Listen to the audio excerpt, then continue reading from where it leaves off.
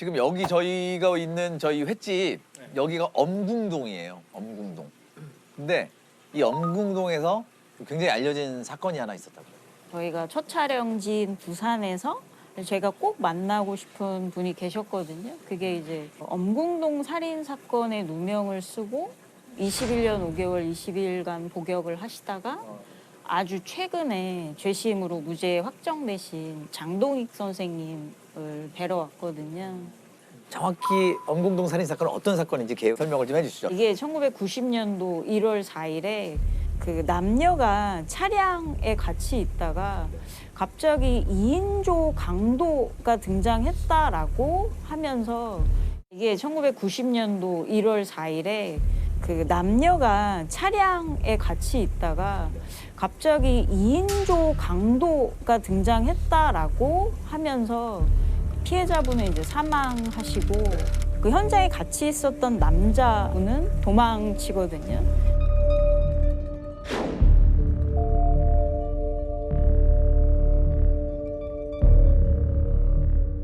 이 사건이 1년 10개월 가까이 해결이 되지 않다가 갑자기 공무원 사칭죄라는 혐의로 경찰서에 오게 된 최인철 씨가 그 공무원 사칭이었다가 강도 사건 용의자가 되고 다음에 이제 살인까지 이어진 것이거든요.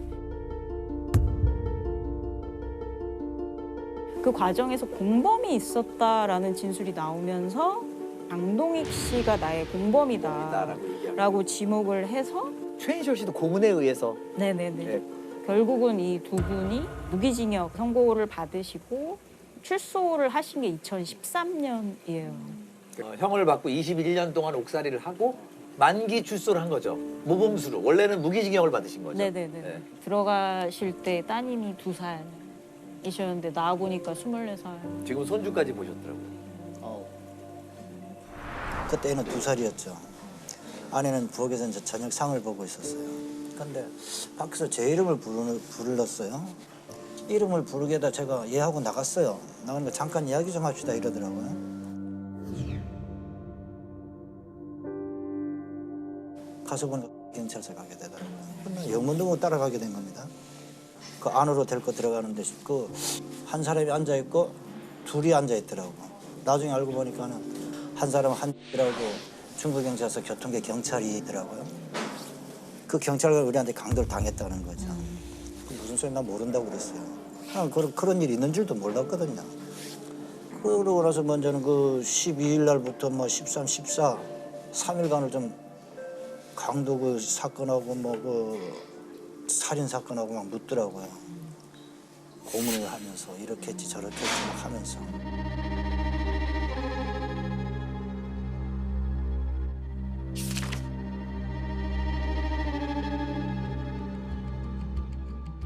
아이라고 했으나 내 말 믿어주지 않더라고. 전부 고통만 가해지더라고요. 그래 14일 됐는데 말을 못하고 정신을 몇 번 잃고 나니까 말을 못하면 손가락을 까딱거리라고 움직이라 이러더라고요. 네가 했으면 움직이라 이러. 안 했다고 믿어주지 않으니까 나는 막 여기 복을 선하고 싶은 생각밖에 없었던 겁니다. 그래 막 손가락 움직였어요. 거꾸로 매달린 상태에서. 그러니까 내려놓고 불러준 대로 쓰게 된 거죠. 15일 현장 검증 갔다 와가 또 저녁에 또 가가지고 고문을 또 하더라고요. 현장 검증할 때는 인철이가 때려서 죽였다 했는데 가꾸목으로 때려가지고 그래 안 죽는다. 네가 학연사살하기 위해서 돌로 찍어 죽였지. 또 막 시작이 되는 거예요. 아유, 또 까딱까딱거리게 됐습니다.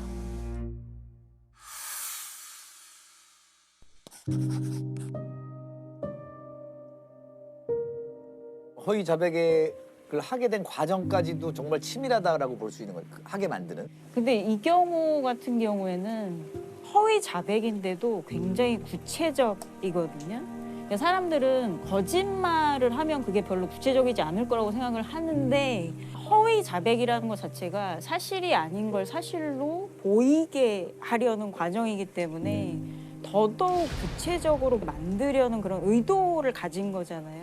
그럼 재판부에서는 이걸 의심하기에는 좀 애매할 만큼 충분한 증거들이 다 있었던 건가요? 그러니까 얼마나 아무도 이 두 분의 말을 들어주지 않았나를 다시 한번 느꼈던 게 그 장동익 씨는 시력이 굉장히 좋지 않으시거든요. 거의 장애 판정을 받을 정도의 시력이 있으시죠. 그러니까 아주 앞에 있는 글자도 읽기가 힘드신데 근데 그 조사 과정에서 눈이 안 보이는지 몰랐다.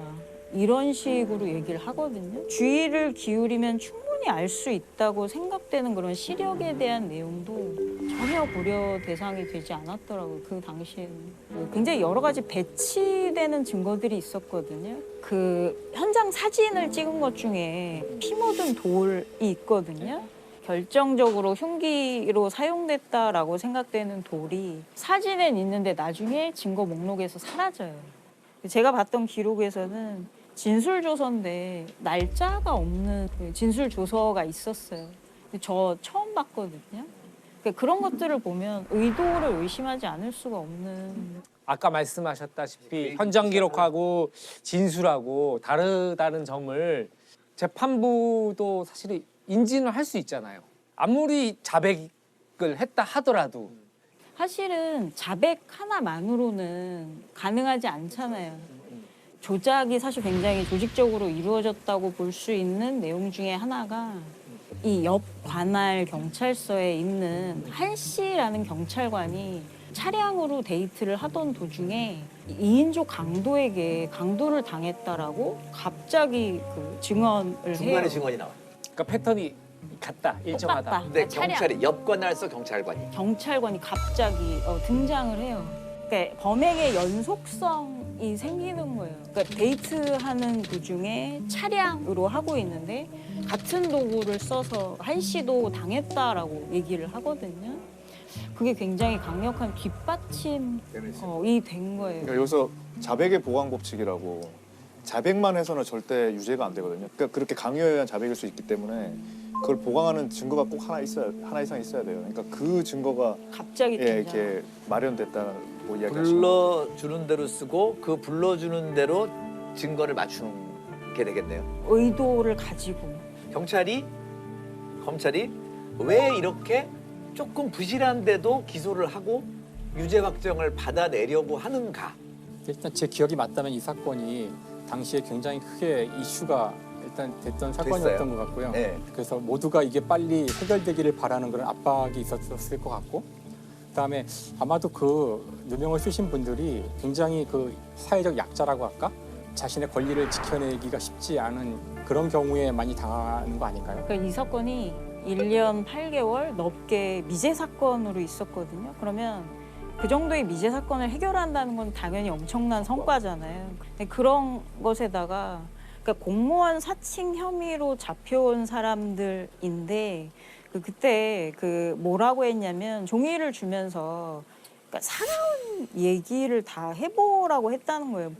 근데 저한테는 그 말이 어떻게 들렸냐면 당신의 집안이나 이런 주변에 혹시 뭐 대단한 어떤 권세라든지 이런 걸 가진 사람이 있는지를 한 번 더 확인하는 절차로 보였거든요. 허위 자백을 하게 되는 사람들의 특성 중에 하나가 그 취약한 특성을 갖고 있는 취약하다라는 거는 청소년들도 있고 어떤 장애를 가지신 분들도 있고 그 8차 사건 윤석열 씨 같은 경우에는 가족이 없으시고 그러니까 여러 가지 열악한 그 상태였거든요. 결국은 이 두 분이 무죄인 것이 확정이 된 거죠. 네, 됐어요. 2월에 나셨더라고요. 네.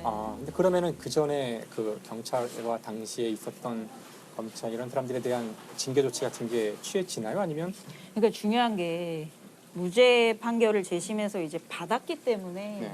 여기에 잘못한 사람들이 사과하고 처벌을 받아야 반성하는 되는데. 절차가 이제 있어야 되는데 있어야 되죠. 그 안에서의 의지가 대단 여러 가지 갈등이 있으셨겠지만은 예. 야, 내가 여기 왜 있어야 되는지. 밥이라는 게 뭐 이거 내가 왜 이걸 먹어야 되는지. 이런 세상 살 필요가 있나. 근데 그것도 잘 안 되더라고요. 그래가지고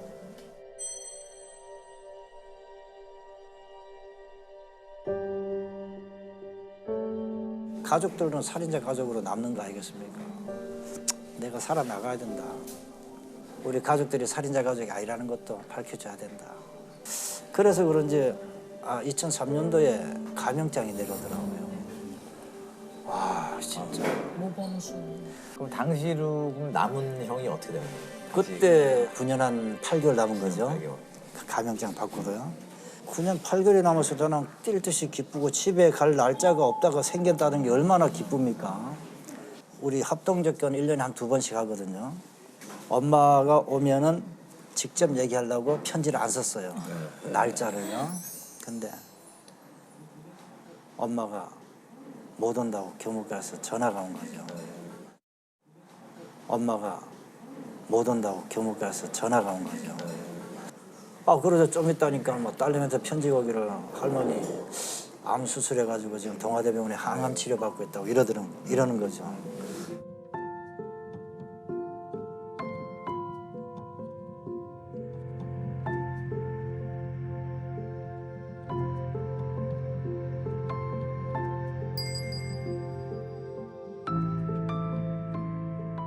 그 동생이 보재기를 하나 주더라고요, 보따리를.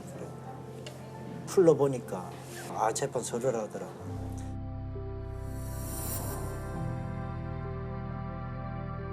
그래 그거 가지고 진짜 부산 인권위원회하고 막 변호사 사무실 많이 다녔습니다.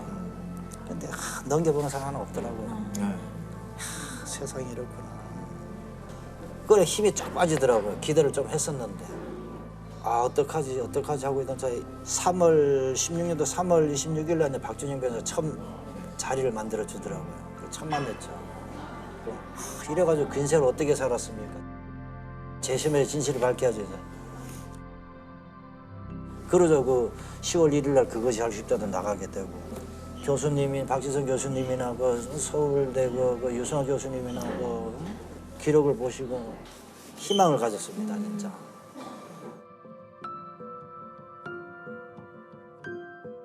사건 31년 만에 누명을 벗은 이들은 재심에서 무죄 판결을 받았습니다.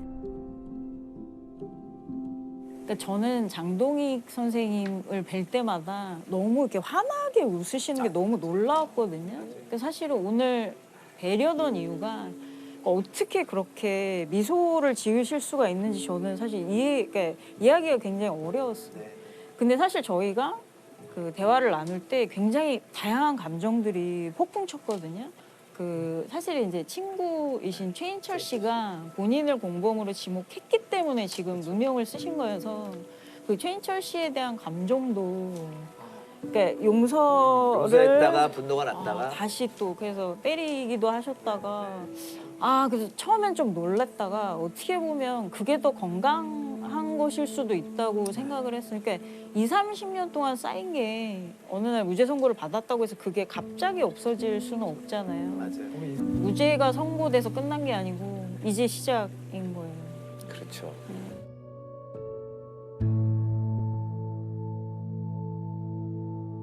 제가 오늘 장동익 씨를 뵙고 싶었던 거는 그러니까 사람들이 처벌 강화에 대한 의견을 굉장히 한 목소리로 강하게 내는데 중요한 거는 처벌이 강화되는 것 이전에 죄가 있는 사람이 처벌을 받는 게 맞잖아요. 그렇죠.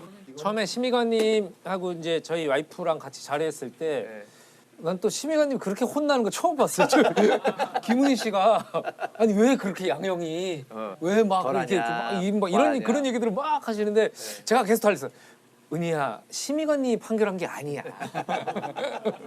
그러니까 그 양형이라는 건 결국 숫자로 말하는 거잖아요. 그러니까 1년, 2년, 1년 6개월. 근데 같은 1년을 받지만 그 사연은 너무 다르거든요.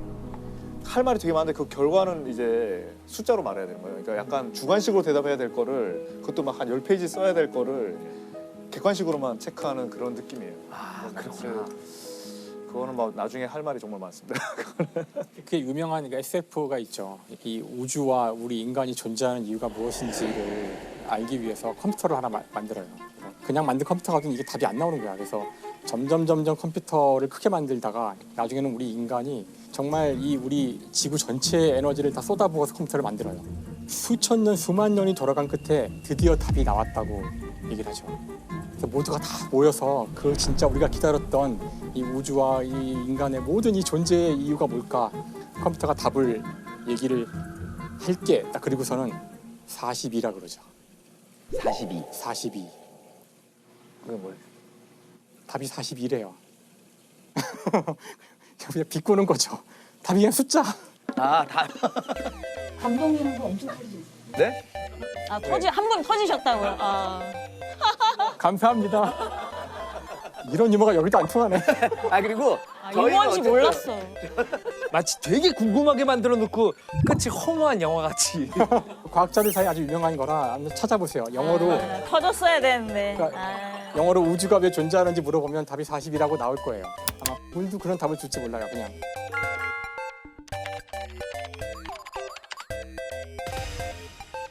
답이 42래요.